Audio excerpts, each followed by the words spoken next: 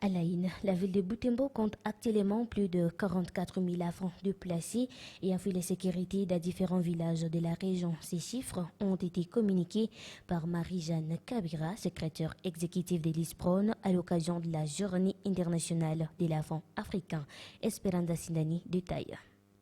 Dans une interview accordée à la RTE ce mardi 16 juin 2026, Madame Marie-Jeanne a indiqué que parmi ces enfants déplacés figurent 22 599 filles et 22 173 garçons. Contraints de quitter leur milieu d'origine à cause de la guerre, ces enfants vivent aujourd'hui dans des conditions difficiles et sont confrontés à des traumatismes psychologiques ainsi qu'à la dépression. Marie-Jeanne Kavira salue toute la solidarité des habitants de Butembo qui continuent d'apporter leur soutien aux familles déplacées malgré les nombreuses difficultés. Oui, les difficultés sont là.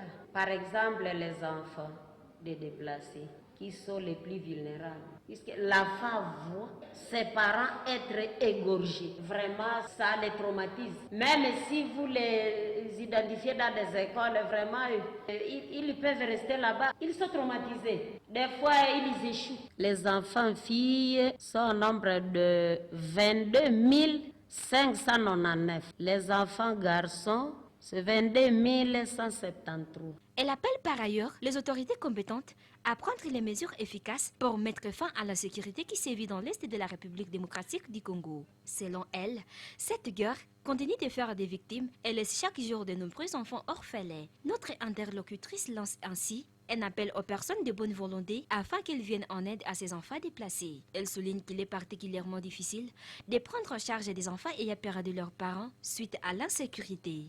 Alors nous disons au gouvernement vraiment de s'efforcer pour que la pacification puisse régner dans leur milieu d'origine.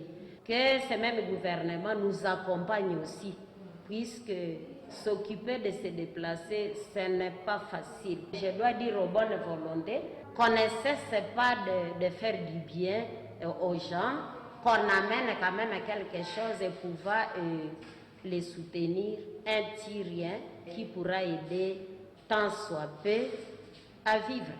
Notons que les conséquences de la guerre dans l'est de la RDC affectent gravement le bien-être psychologique des enfants et des populations déplacées. Face à cette situation, les populations continuent de réclamer le retour de la paix.